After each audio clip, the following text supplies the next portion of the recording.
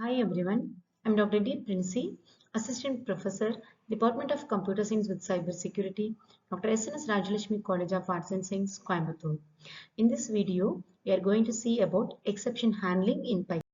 In general, there are two types of errors, compile error, runtime error. Compile error based on the syntax error. Syntactically, if you are made some mistakes, those errors will be caught during the compilation time. When you are did some logical errors, those errors will be caught on at the runtime. In general, those types of errors known as exception. Exception terminate the program. It will not continue the execution. It terminate the program executions. This type of exception will be handled using the try statements. It have four parts. Try block. Try block, which is used to test a block of code for errors. If there is an error occurred statement is there, that should be enclosed with the try block. Except block, which is used to handle the error. The error raised in the try block will be handled in the except block. Else block. This block is used to execute the code when there is no error occurred or raised in the try block. Finally block. It is used to execute the code even the try block or except block execute or not, or raised error or not. The finally block will be executed mandatory. For example, I'm including the statement which make an error in the try block. So try is a block which contains the statement print of x. What is the error here means x is not defined. I didn't define a variable x, but I'm used to try print a value of that x. So I'm creating an except. The except block always followed by a try block. Except block, here I'm having a statement as an exception occurred. So when I'm running this code, I'm receiving a output as an exception occurred. If it does not include the try or except block means it will give a trace back error. Since a try block raises an error, the except block will be executed. Without a try block, the program will crash and raise an error. So as I already told, it gives the trace back error. So the error name is name x is not defined.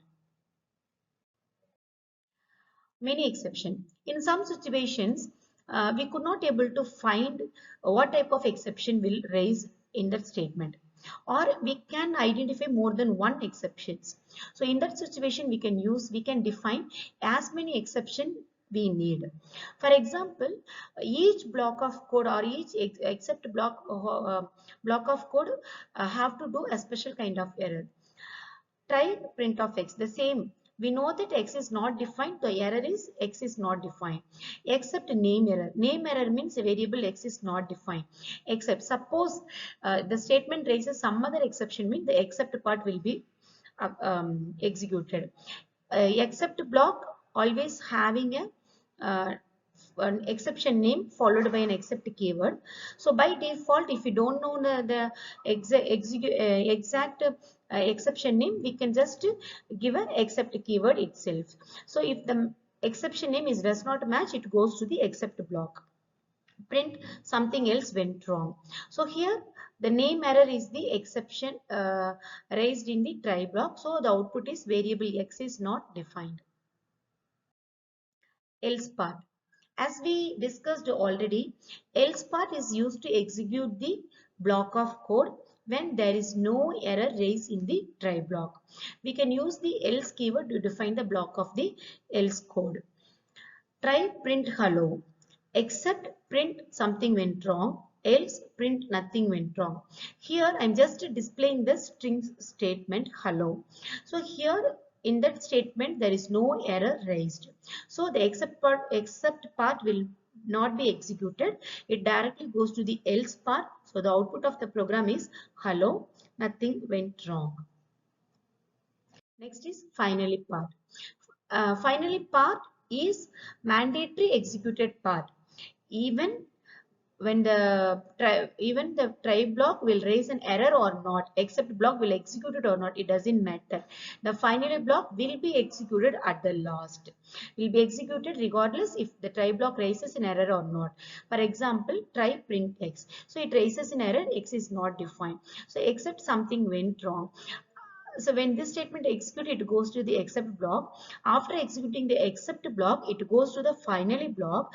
So the output of this program contains two statements. Something went wrong and also the try except is finished.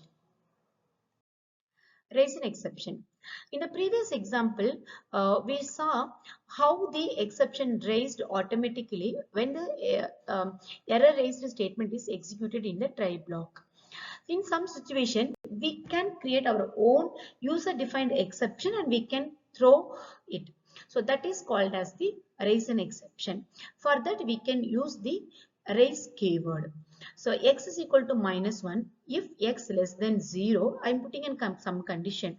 So -1 is less than 0, obviously. So the if part, if evaluation of if is true. So it goes to the if block. It raises an exception. Raise exception.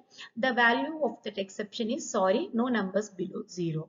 So when you are executing the statement, we can receive the exception called as sorry, no numbers below 0. So to raise our own exception, we can use the raise keyword.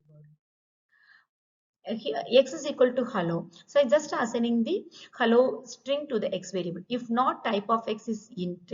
So here the type of x is string. So if it is not in the true, raise type error. Only integers are allowed. So the output will be having the error method type error, only integers are allowed. So this is how we can throw our or we can raise our own exception using the raise keyword. Thank you all.